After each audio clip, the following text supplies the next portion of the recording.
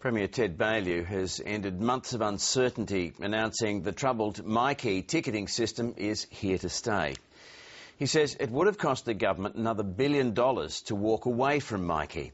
The contract will now be renegotiated, but as Francis Bell reports, the final bill remains unclear. Ted Baillieu has never been a fan of myki. This ticketing system's been a dud. It's been a dud from the start. 3 years on from that assessment and 7 months after winning government, the Premier has finally reviewed all the advice and decided the fate of the troubled ticketing system. As a result of these deliberations and discussions, the myki system will be retained.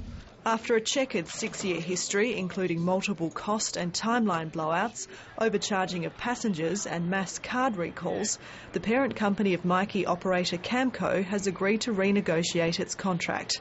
The government is demanding new performance measures to be monitored by an independent umpire, with tough penalties for non-compliance. That will obviously lead to a much greater and more rigorous oversight of the contract. The Premier wants details finalised within months, but has refused to estimate the final cost to taxpayers. He says with $750 million already spent, dumping myki would have been even more costly. To scrap the system would have taken a $1 billion plus hit to Victorian taxpayers.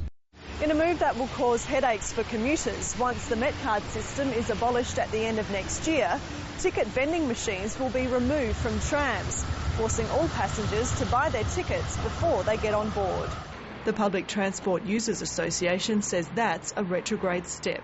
I think we can expect a large-scale fare evasion and a great deal of inconvenience for tram users.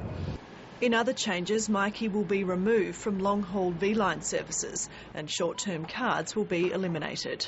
The Premier gave every impression that he would scrap myki and that if he didn't scrap it, he would fundamentally overhaul it. He's done neither today.